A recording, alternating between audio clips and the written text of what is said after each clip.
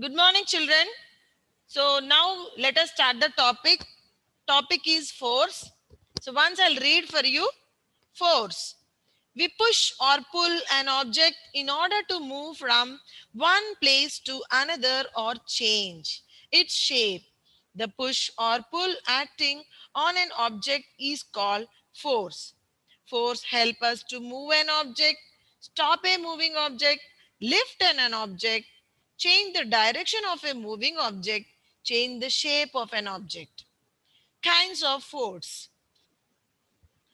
In nature, there are two kinds of forces that are acting all the time. These are gravity, friction. Gravity. Have you ever wondered what happened when you throw a ball up into the air? It first rises up and then it seems to stop and falls back to the ground. Similarly, leaves and ripe fruits of a tree always fall to the ground and do not go up. The force that pulls objects towards the center of the earth is called gravity. Friction.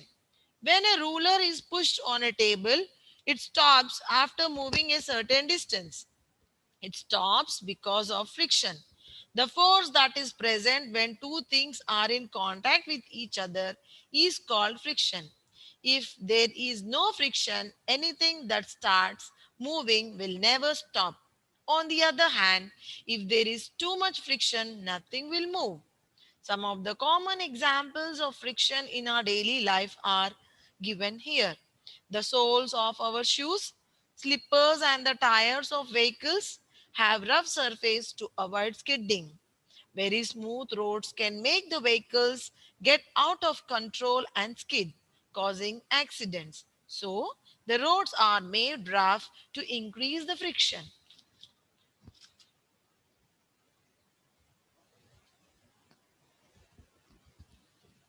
So, the topic is about force. So, when we push or pull an object in order to move from one place to the other, so that day I have shown you also, like we are acting some force on an object, like we push an object here and there. Yes, I have given one example also. Suppose if you want to take an object from one place to the other, you don't want that object to be there, so you want to remove that object from that place. Yes, you want to move it, so we keep some force on it. We keep some force on it so that the object will move from one place to the other. So that is called a push or a pull. For this I can give you a good example. Suppose if you are cleaning your rooms during festivals, we clean our rooms. Yes, everything, cobwebs, dust, and all. So that time, what our parents or the who are working in our house, what they will do? They will move the almaras this side, sofas that side, benches and tables, everything they will be moving and cleaning. And after cleaning again, they will put in the same place. So doing this all work, we need some force. So the push or pull an object in order to move a certain thing from one place to the other is called a force. So the push or a pull acting on an object is called force. Now, how does this force help us daily activities? So in our daily life, daily activities, this force help us in different ways. The first one is force help us to move an object. So you are moving an object. You don't want you are having a sofa in your hall, but now you don't want that sofa to be in the hall. Now you want to push it to the other hall or other place. So what you will do? You will keep some force on it and you will move that object. So that sofa will come to the other hall. So this is called as like force, move an object. So whatever the object you want to move, you will move it, move an object. Next coming, stop a moving object. Someone is throwing ball towards you and you don't want that ball to hit you. So what you will do, you will stop that object. So you will keep your hands like this or you cover your face or you want to stop that ball. So what you will do, you will catch that ball or you will stop that ball. So force will make a object to stop also. It can stop a moving an object. It can lift an object even. Yes, suppose any box is there. Yes, your bag is there. You want to lift it. So what you will do? You will keep some force on that bag and you will lift it. So Force can lift an object, and even force can change the direction of a moving an object. And best example is cricket playing. You will see cricket, no, cricket match. So one player will give a like he will throw the ball and the other player will hit it. So what happened? Automatically the direction of the ball changes. For example, first it will come in a straight way, and when the batsman is hitting the ball, it will go into the other way. So force will make the direction of a object change. Direction will be changing. But first, if it is coming in south direction, then it will go to the north direction or some other direction. So force can help in changing the direction of an object. Even force can change the shape of an object. Yes, and the best examples you can give in our daily life. Yes, in the kitchen only you can give some examples. The first one, when you squeeze a lemon, lemon will be like round. When you squeeze, what happened? Complete the liquid which is present in the lemon will come outside, and the shape of the lemon changes. Okay, squeeze, you squeeze that lemon, that shape will change. And dough, you know dough, this dough, dough, dough means which is used to prepare chapati. Okay, flour. So this dough, now what your mother will do, she will do like this and that, so that the dough will change its shape, and that dough is made into chapati. Now first it is in round shape, then it comes into a chapati shape. So this is also one of the example. And even the potter, okay, the potter who is preparing the pots, diyas, or any different things, so he will take a mud. So before that the mud is just with simply a small ball, but after slowly he will give some shape to that mud, so the shape is changing. Yes or no? So these are the examples of force can change the shape of an object. Now, how many kinds of force are present? So mainly there are two kinds of force present in the nature. In the nature itself, two kinds of forces are there. One is gravity and the other one is friction. What do you mean by gravity? Gravity means, see, now you can give a good example for this gravity. Whatever you are throwing upside are coming and falling down. Why? This is because the earth's gravity, due to the earth's gravity. So earth is having such a big gravitational force that whatever you throw towards upside, they come and fall down. This is called as gravity. So, for example, have you ever wondered if you are throwing a ball into the air? What happened? To some extent, the ball will rise up, and afterwards, again, it comes back.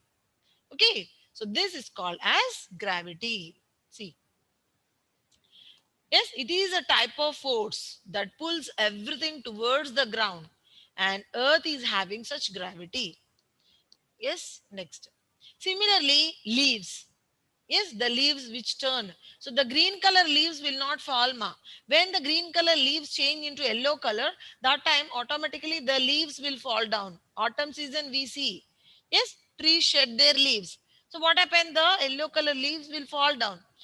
Even though it is a yellow color, even though, why it is falling only down? Why it is not on the tree only? Actually, everything which is there on the earth, it should fall on the earth. This is due to the earth's gravity. And sometimes fruits also, ripen fruits means they are ready to eat, not raw fruits. Okay, they also falls down. So for this you can give the definition like this: the force that pulls objects towards the center of the earth is called gravity. The force that pulls objects towards the center of the earth is called gravity. Next, coming to, so this is about gravity. Now, friction. Friction means, see, for this you can take one example. You are throwing a ruler or a scale on a table. What happens? To some extent, it goes and it stops. Why it is stopping? Why it is not going? Yes, because there is a force present when two things come in contact. Two things means, for example, you are throwing the scale on the ground. Now, scale is one thing, ground is one thing. Okay, that is the reason they are given here two things. See, for example, this is the scale and this is the table. Now, these are the two things, scale and table. Now, when you throw the ruler like this, So what's happening? To some extent, it is going and it is stopping. But it is not going to the end of the table. Just it is going and it is stopping to some extent. So something force is acting between this scale and the table. When you throw like this, force is acting between these two things and automatically it stops to some extent. So this is called as friction. This is called as friction. The force that is present when two things come in contact with each other is called friction. There should be friction. If there is no friction, what happens? Everything which is moving will not stop. And if there is more friction also, it will not start. Yes? So, what is friction? Friction is a force, yes, which prevents easy movements between objects.